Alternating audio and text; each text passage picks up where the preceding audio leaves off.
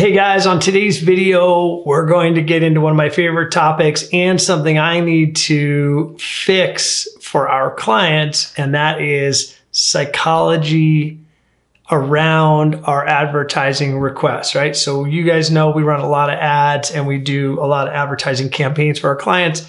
What we have done I would say, mediocre and soon to be much better job is intaking those projects with a degree of education so that the clients can understand how they're selling. On this video today, if you're struggling with the psychology and you really want to understand the backbone of the two different models or channels that we can message inside of as we develop our ads, and this would include any outbound messaging, emails and so forth, then you're gonna want to stick on this video because we're gonna go through the two main models and it's gonna really crystallize kind of where to start with everything.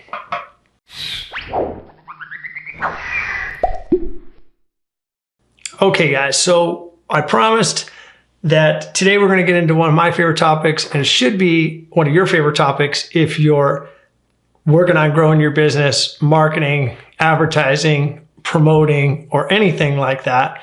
Because in order to do that successfully, you need to understand buying psychology and decision-making psychology. Now, as marketers or anyone that wants to grow and their business and enhance their revenue, get more customers, we got to understand the triggers and kind of what we're working with here, right? We can't just wing it and, be hopeful. We got to try to be as methodical as possible. And that means we need to understand what the triggers are. Now, there are two basic sides to the game that we play. One is cognitive. Let me get the full sciencey name here, okay? Because it is sciencey. Consumer processing model. And you have the hedonic experiential model. Now, one is feelings-based and other one is informations-based. Now, when I say it out loud like that, it seems super simple and easy to understand, and you guys can immediately get that advertising really does kind of fall into one of those two pools when we think about the outbound messaging that we're exposed to every single day. And remember, marketing is just simply that, outbound messaging designed to elicit an inbound response. And how the message go out, there's 1,000 flavors. What the inbound response is, there's also 1,000 flavors of that, depending on your campaign and what your objectives are. But in between those two things, we're either in this feelings model or we're in an informational model. So now's the time to ask yourself about your product or service. Is your product or service more suited to be sold informationally? And that means, is it a facts and figures and features and statistical type of decision that people use to decide whether to buy what you're offering? Or do people that buy what you're offering buy more based on emotion? Like, do you sell fun and good times, or like something that's beautiful, or, anything like that that's going to be emotional based? Then that's going to be an emotional selling channel that we need to tap into.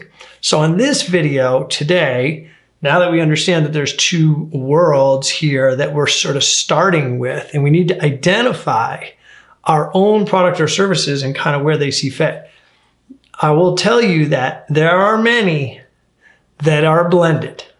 Cars are a great example of a blended purchasing decision by most consumers. Right? Cars can elicit an emotional response for people. They are beautiful. They are sexy, fast. We see ourselves in them. There's status associated with them. That's a whole emotional thing in itself, right? But there's also a whole other part of buying a car, which are like the features and benefits. Like, I live in Arizona and I frankly won't own a car that doesn't have air-conditioned seats. I'm not going to do it, because once you have that feature in this hot place that I live, I don't want to live without that. So as much as I might be emotionally triggered to buy a certain car, if it doesn't have that feature, it's probably going to get crossed off the list for me personally. Now, you can see that that's a blend. So think about your product or service right now. Is it left side, right? Like that cognitive side, or right side, that emotional, experiential type of product or service? Or is it a blend like a car? Which, frankly, marketing for cars pulls from both sides all the time. And you'll see that. And I love using really big dollar campaigns as examples for us small, medium-sized businesses to look at and dissect so that we can do a better job with our own stuff, right? Reverse engineer it. So let's just dive into the emotional side of the conversation and identify the 4 emotions that you can work with in your advertising. So if you're going to create advertising, and it could be, like I said, 1,000 flavors, could be an email campaign, could be digital display ads, could be video advertising, could even be PPC, depending on the copy that you write for your PPC ads. Could be in-store print, newspaper, anything like that, right? So there's a lot of places to syndicate your messaging. Those are all syndication channels effectively. They have little different formatting requirements and all of those things that we talk about on other videos, but they still have to reside in this basic psychology. So here are the 4 emotions that you can use to persuade if you're going to use the emotional channel. The first one is humor. Awesome for making things memorable, right? Like the Dollar Shave Club ad was all humor, and we all remember it, and they killed it on the ad. And they actually started a whole sort of category of advertising by using humor to create viral ads that people would share even without the advertiser having to pay because they were so funny. And we all remember that because of the humor. The next one is fear. That's a common use by marketers. We use it here all the time. That's also expressed as addressing and or messaging into your buyer's pain points, and of course using that pain point to trigger them to want the solution that you offer, which is probably your product or service. And then excitement is the third one. So if you have a product or service that has a lot of excitement around it, and this fits well with my car example, right? Like sports cars and so forth, kind of give us that adrenaline rush, or we can see ourselves in that space, right? So that kind of emotion is triggered with certain car ads. And if your product or service feels like that might work, then that's definitely one that you can use. And the last one is sadness, right? And those are strong emotion to use in your messaging and marketing.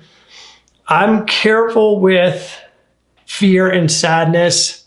And I'll say this, as a caution, that you can use, they're very powerful, but you also don't want to get overly negative in your ads, because people aren't actually looking for negatives in their lives. They're looking for positive outcomes. So remember, you're selling positive outcomes, but you can use sadness and fear as triggers to move people towards those outcomes. So there's a little bit of subtlety with that, with those two there, because you don't want your stuff to be coming off as dark and negative, because that's not going to work. Okay. So those are your 4. Stick with me, because on the next one, we're going to follow up, or we're going to get over into the cognitive stuff a little bit more and talk more about the blending. Subscribe to the channel so you don't miss it. Like this video, and start your advertising by having the whole thing rooted in the psychological path that you're going to use to elicit the inbound responses that you want.